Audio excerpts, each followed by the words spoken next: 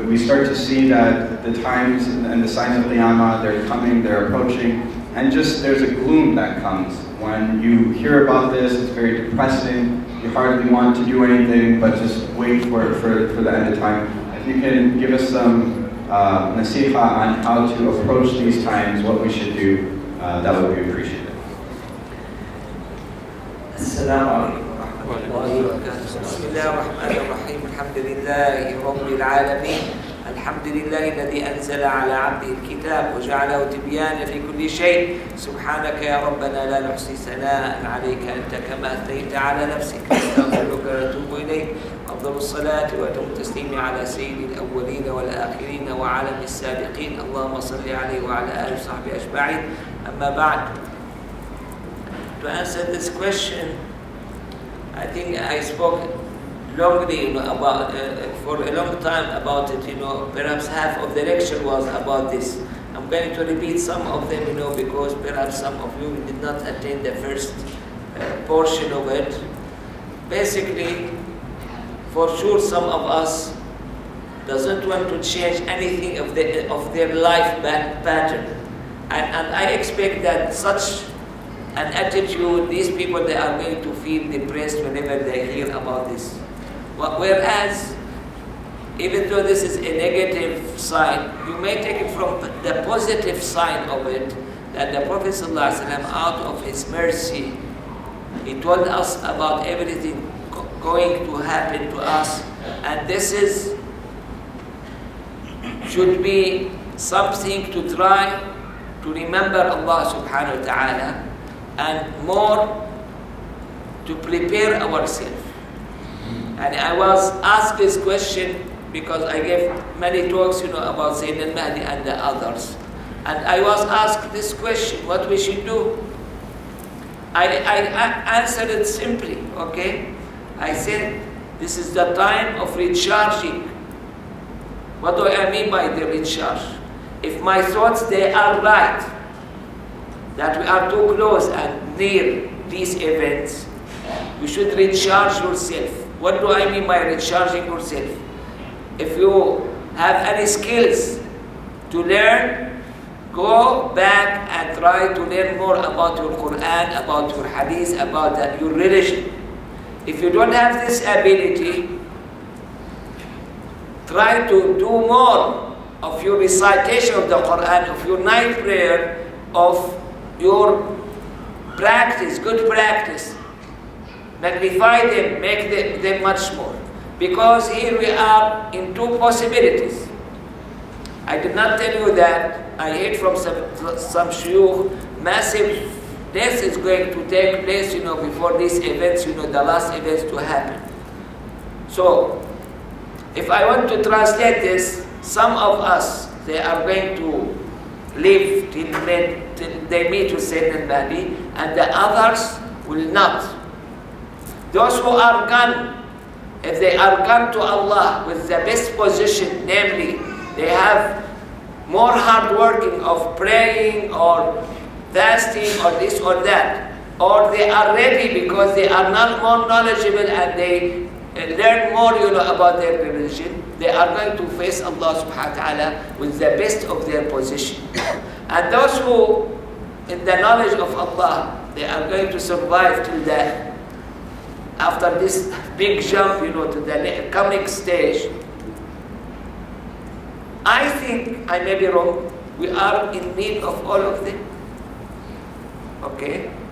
Mahdi is not going to have revelation. Mahdi is going to be happy with everyone who has a chain to the Prophet ﷺ in Quran, in Hadith, in whatever, okay? And those who are righteous and they have a lot of prayers and a lot of recitation of the Quran, they are the blessing, of any time, and this is going to be by two ways, helpful, to the people in that particular time. So this is the way, this is the answer I gave many times, more than 3 or 4 times when I'm answered about it. Okay, please, I would like everyone to look at it from the positive side. Don't look at it from the negative side. We are not saved here. I may go now and find out that I have a cancer, or that I'm threatened in one way or another. Yani we are not safe, we are not secure. Okay, as I said in the beginning, we are not here to stay forever. And even, let's assume that all of these events, it's not the time of it, it's going to come, let's say, after 300 years, 400 years, whatever. Are we going to stay? No. And now, if someone looked at me and say, I hope you are going to live 100 years, I look at him, are you kidding with me? I'm going to live 100 years. So what's the end? What's the outcome? I'm going to die shortly, and that's it, okay? So regardless of these matters or issue, if we are close to them or not, this should be the attitude. One time, Sayyidina Abu Muslim al-Khawlani, a famous successor who worked hard to meet with the Prophet ﷺ, and he came Medina few nights after the death of the Prophet ﷺ. You see how negative this point for him. He keep himself in the night prayer all the time, and whenever he feel tired, he has a stick or something to beat up his feet and say, if the companion of the Prophet think that they are going to take him away and leave us, they are completely wrong. We are going to compete with them. And one time he was blamed. We got old, and we still have this hard working. He said, when you have the horses in a race, at the end, each horse is going to show the best of it. See? And this is the way, this is the positive way that we should look at, okay? Look at it positively. If you have some way of learning more, learn more and more. If you don't have, get more of it in your practice. Yes? Is there any recommended dua or statement of the Prophet ﷺ about protection from these types of, Very good question, because in this place, I think, when I was giving Sayyidina Muhammad Rasulullah sallallahu alaihi wasallam, written by Shaykh Abdullah Siraj, this hadith paid my attention a lot. Yani we know the authentic hadith that Surah Al-Kahf, or the first 10 verses or the last 10 verses of Surah Al-Kahf, is protection of Masih al-Dajjal, and I want everyone to handle it very well. But what we read in that book, here in this place down in there, that according to Abu Ya'la, when we recite Surah Al-Kahf every Friday, we are protected of all fitan. You see how great we are going to be. We are reciting the wording of Allah subhanahu wa ta'ala, and I think regardless of how strong, how knowledgeable, how good practitioner you are, all of us, we are in need of protection. And in such a chaotic position, smartness, intelligence, all these matters don't work. The only thing works for you is the help of Allah subhanahu wa ta'ala. So I translate what we read and you read all the time, إِيَّاكَ نَعْبُدُ وَإِيَّاكَ نَسْتَعِينُ, to seek the help of Allah subhanahu wa ta'ala by this way of reciting Surah Al-Kahf every Friday, to have a protection of all fitan. Yes? Some people take the Dajjal and they say that instead of being an actual person, he's a concept to represent maybe could be like the news or the TV or the internet or technology or something. They say, oh, that's Dajjal. Is that something that's permissible to do, or have they crossed boundaries that they shouldn't have crossed? Okay. The question about Dajjal is a real personality as described by the Prophet ﷺ, or some people they may give concept that this is the TV or that person or this person or whatever. Okay, is it permitted to do so?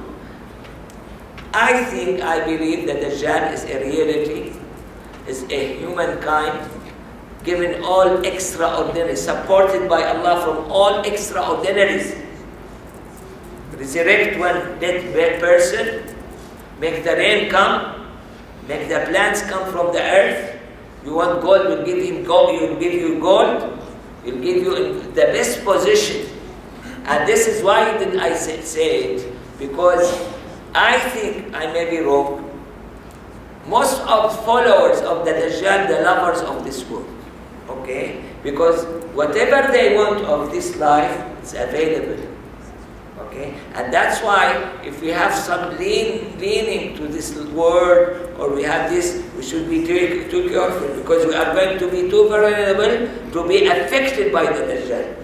Okay? So about your question, I cannot say it is haram, but I see these people as if they did not get their experience, from what I said before, when even not these people, some well-educated scholars, they try to interpret certain signs mentioned by the Prophet ﷺ and how the reality it was completely different.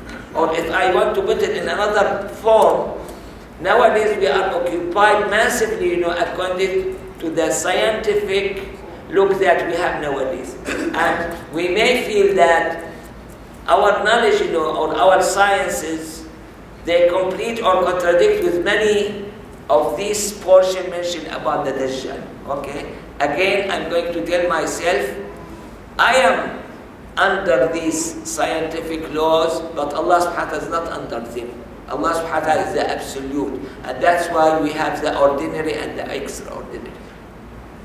Yes? About Yajuj and Majuj, I know they are big in size. If they are big in size, are they on this world and they are on this world? I mean, we got so much technology, we could find them or not. Where are they? I mean, are they coming from sky, from the ground, under the ground? Okay, the question is about the Yajuj and Majuj, and they are large number. And how come with these sophisticated ways that we have nowadays, they are not discovered? Where are they? Are they in another planet or whatever? You see, in my view, it's too easy to answer this question, One of the most intelligent nation ever, Allah subhanahu wa ta'ala made them lost in 1 square mile for 40 years. In another word, we feel ourselves that we are controlling everything, and that's what mentioned in the Quran. وَظَنَّ أَهْلُهَا أَنَّهُمْ قَادِرُونَ. They think that they have everything under control. Okay? But here we have very possibility that we are going to miss many of these matters by sometimes silly reason.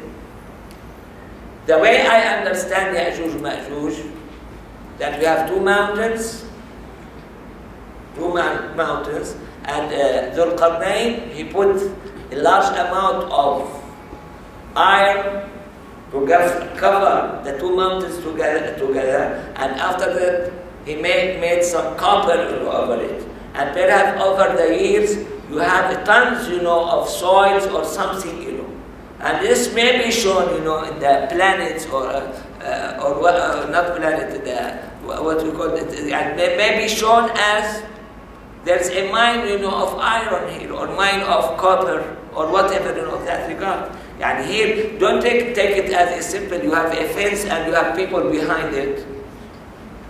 You have tons, of materials, between them, and the surface of the earth nowadays. How they breathe, how do they have food, how do you have this? This is the Allah subhanahu wa ta'ala matters. So simply, I don't trust these matters more than my religious knows. Why? It's a very important point. The Prophet ﷺ, in his time, no one has any experience with this as one lie in the whole life. And this is not known for the Muslims only. It used to be known for the non-Muslims.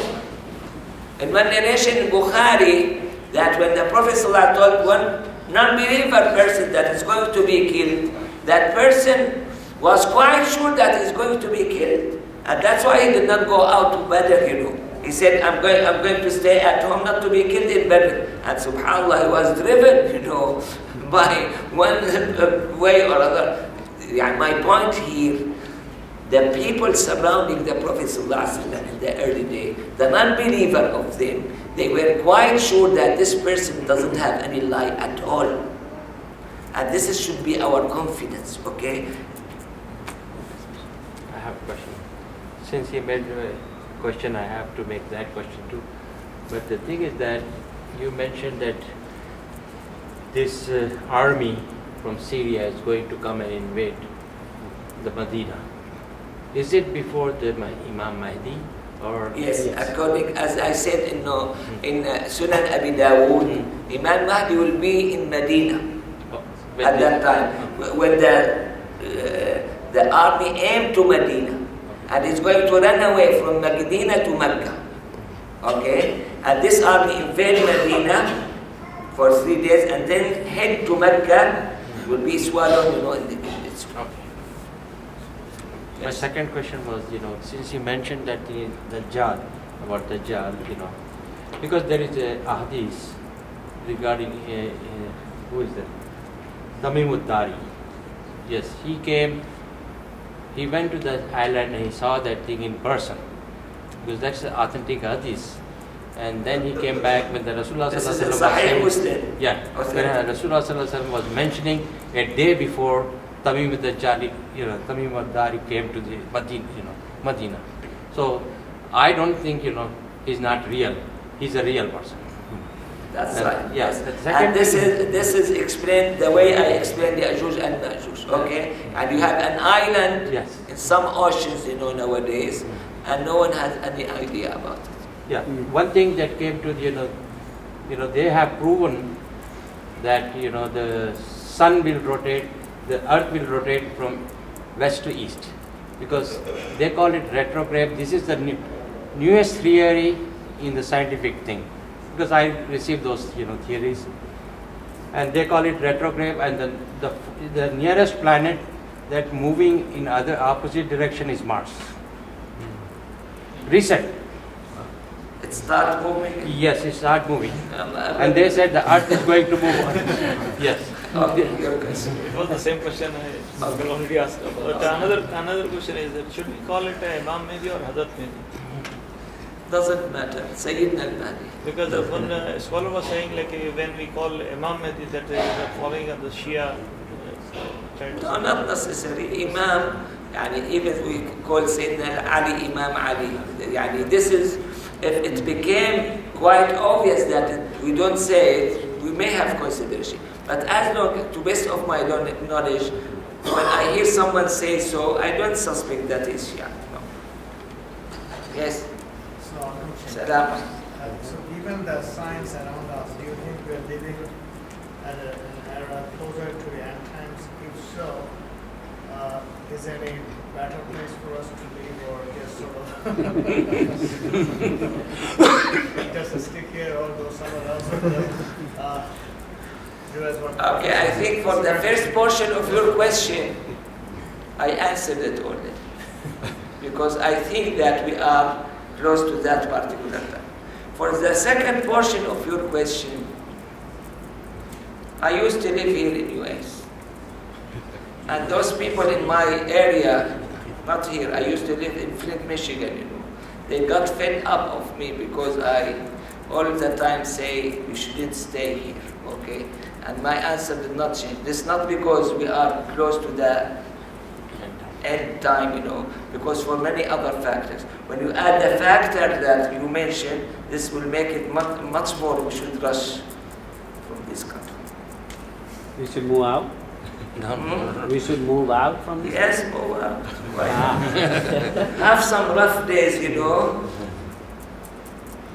want me to be so? Yeah. It's very miserable, If we are going to wake up here in this ground, and you have adulteress next to you and a drunk person, you are going to stay among them for 15,000 years, and you may get to heaven after that, which is too rough and too tough, okay? Because these are the surrounding, and you are going to stay among them, for 50,000 years, and inshallah go to heaven after. Inshallah. Is it true that some of the Sahaba, there was a person at that time, Ibn Sayyad, that they swore that he is Dajjal? Okay, the question is about Ibn Sayyad. Ibn Sayyad, a boy of the Jewish community in Medina al-Munawwara, was in the time of the Prophet sallallahu alaihi wasallam. Sayyidina al-Khattab has high suspicion that he is al-Masih al-Dajjal, and a companion, he swore that he is the Masih al-Dajjal. The other one got surprised. How come you swear? He said, I heard Sayyidina Umar said so in front of the Prophet, and the Prophet did not say anything. This person called Ibn Sayyad, he declared that he is Muslim, and he got married and children. And they said when they had Waq'at al-Harra, which was in year 63 Hijri, he was lost completely, no trace, nobody, nothing. And the whole identity of Ibn Sayyad, as if it moved from Medina al-Munawwar. Then you have some other stories, I don't know how accurate is it, okay? And this is, I'm telling you about the history of Ibn Sayyad. There is a story mentioned in Fath al-Bari by Ibn Hajar that a person traveled to Asbahan and he found that person there. Okay? So here, as we said, since Sayyidina al-Khattab said so in front of the Prophet, most probably he is al-Masih al-Dajjal. How did he show up?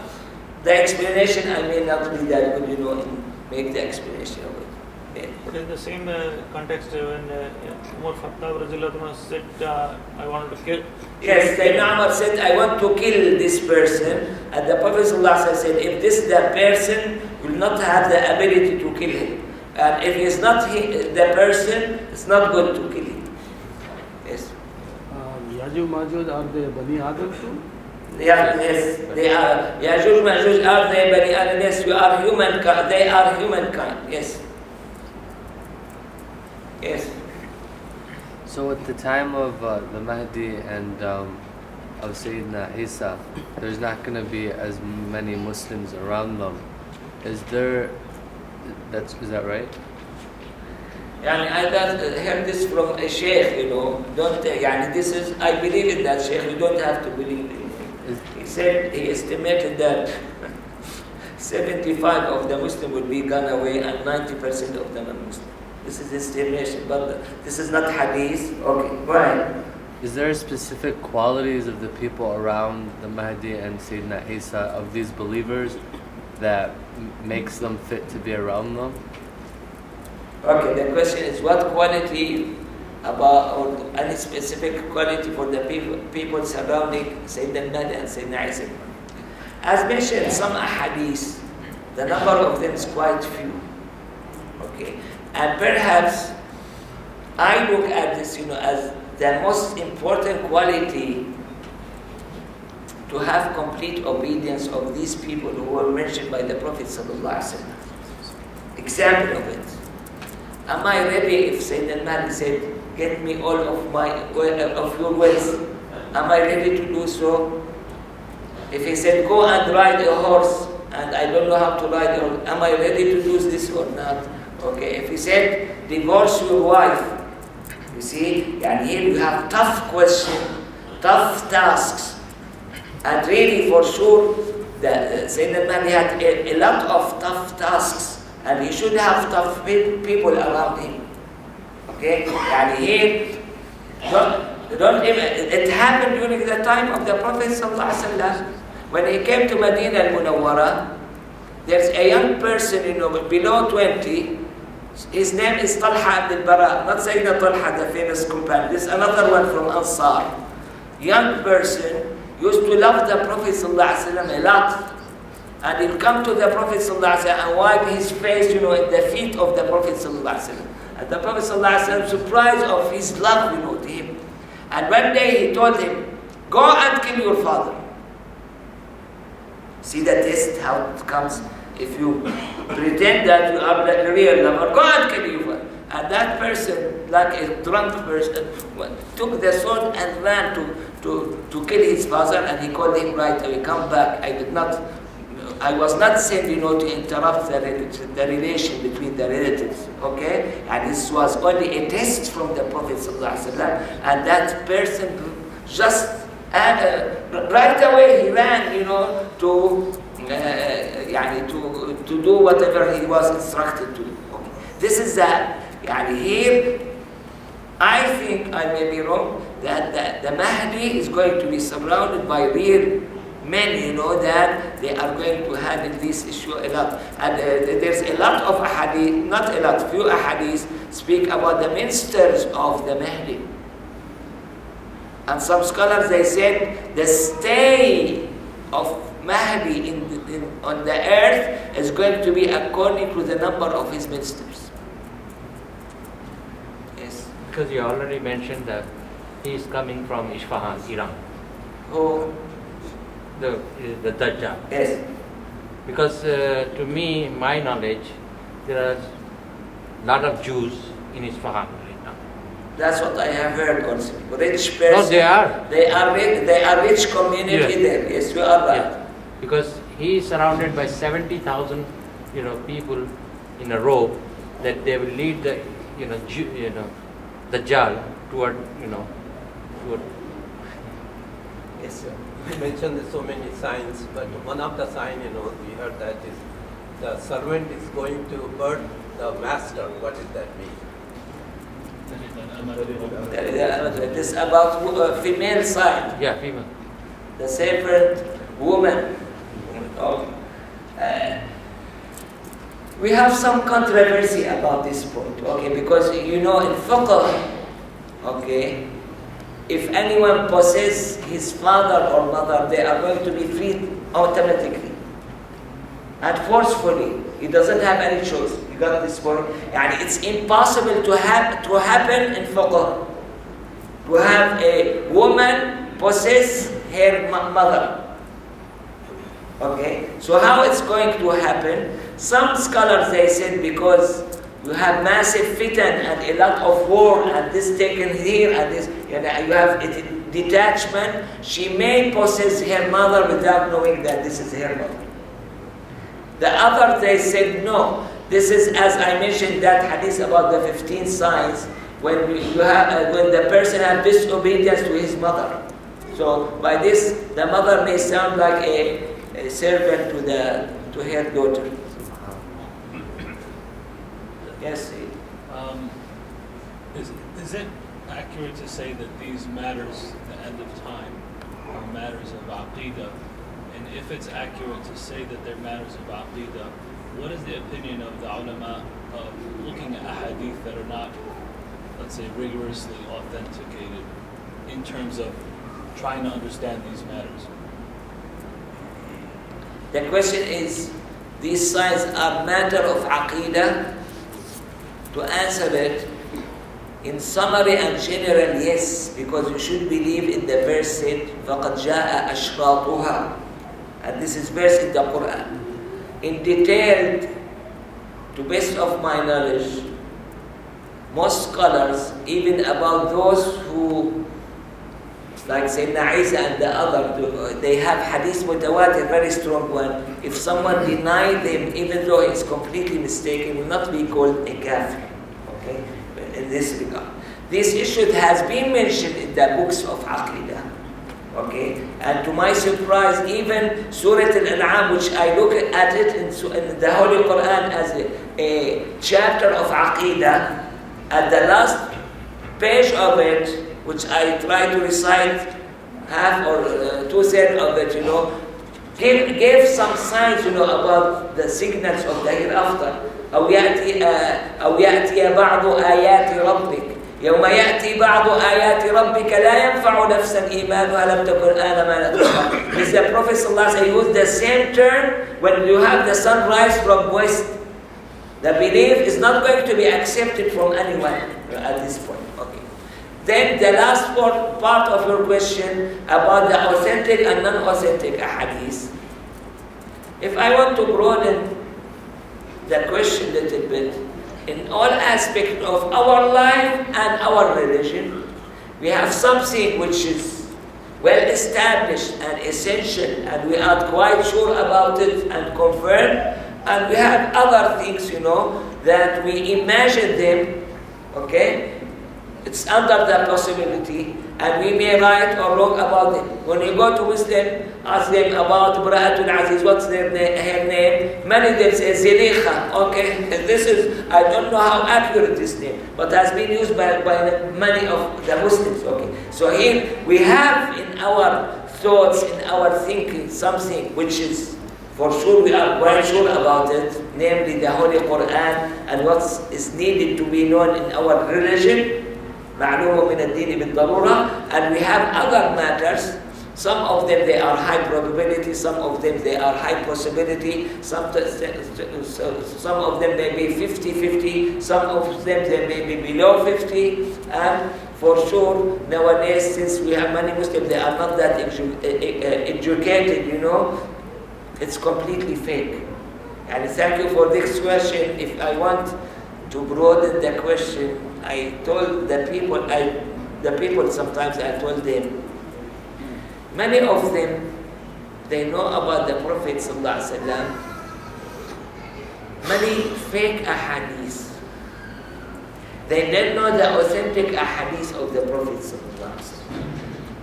And the best among us to know the Prophet ﷺ, those who know him from the reality of Islam. I give this as an assumption. If you have two persons, this is an assumption, never happened. You have two persons. Both of them, they are called Muhammad ibn Abdullah. One of them had a broken tooth and was wounded in his face in Uhud battle and fell down on one of these holes, and the other one did not have this. Which one of them is going to be closer to your heart? The first one, because this is our beloved Prophet, okay? And whatever has been done to him in his life, this is Allah's choice. And I should believe in it that this is the best thing. So I ask myself and the other, try to know more about the reality of the Prophet. I have one more question. This hadith, there is a hadith, but most of the people say it's about Iran. Rasulullah is saying that at the end time, my people will conquer Baitul Abiyas, the White House. No, I never heard this. So this Baitul Abiyas, Baitul this is Abiyas. hadith but not Sharif. Okay. Yes. Will the Dajjal come when nobody talks about it? It is an authentic hadith. That's right. Yani when our friend, a young friend said, there's a hadith mentioned that the Dajjal not come till no one speak about him. Yes, we have such a hadith. But it may be, now don't take my word for sure, it may be that we are heedless because we don't care a lot, you know. We speak about the Dajjal and go back to our normal life. Could be. Yes? There's a lot of, I think a lot of liars who come and say they're Mahdi and they're not Mahdi. How do we know who the real one is, and how is it that, so we don't miss it and we just... Yeah, the Prophet ﷺ in hadith, he said he will be given bay'ah by Abdan al-Sham and Asub al-Iraq, okay? Find a person of them and get in touch with him and he'll take him.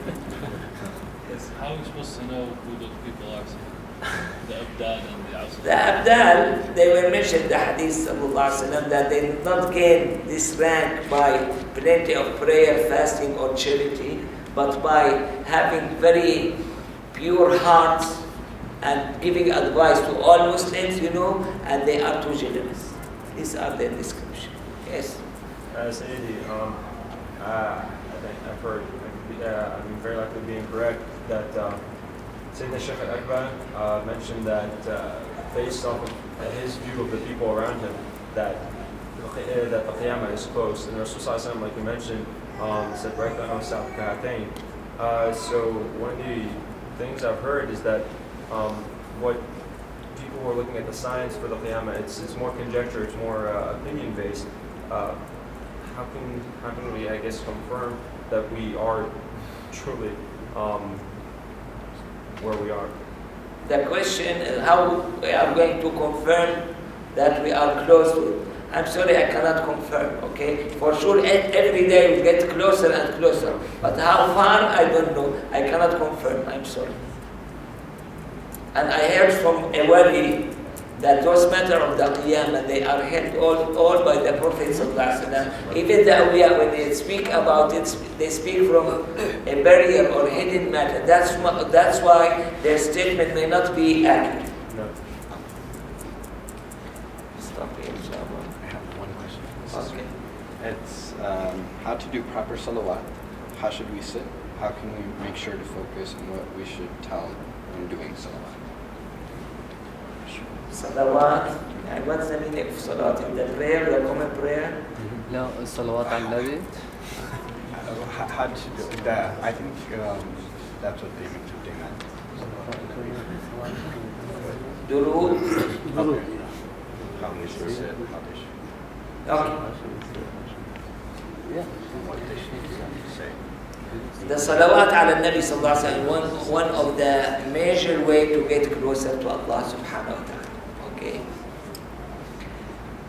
The tradition of the Prophet sallallahu alaihi wasallam that he used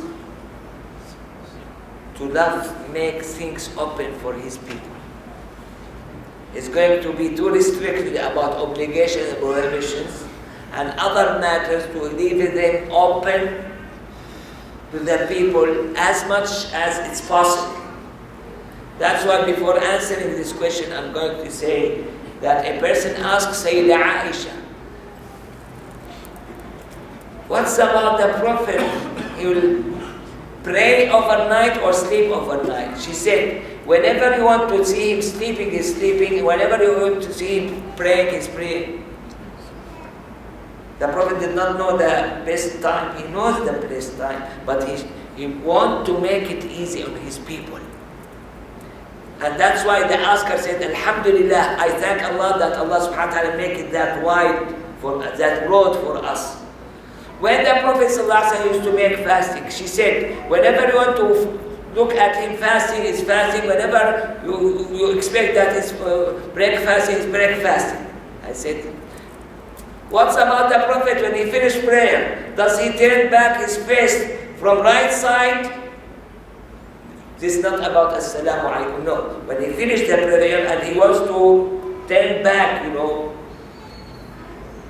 from the right side or left side, she said, whenever you want to see him turning from right side, sometimes from the other side. Okay, and here what I'm trying to say, what I understood from the tradition of the Prophet ﷺ, from a large collection of the hadith, that the Prophet ﷺ wants it to be easy. Let's work. Okay, so here, regarding salawat ala nabi, we have different narration of different texts, of salawat ala nabi sallallahu alaihi wasallam. And this for me means that all of us, let's choose, if you want to make a plenty of them, the easiest one on your tongue. Okay, but in one dream by a very famous man, scholar, he said that the Prophet ﷺ instructed him, start with one time as-salawat al-Ibrahimiyya and end with one time as-salawat. Okay, let's say you want to do 1,000. Okay, make the first one as-salawat al-Ibrahimiyya that you recite in prayer, and make the 1,000 in whatever pattern is easier for you, and end with as-salawat al-Ibrahimiyya.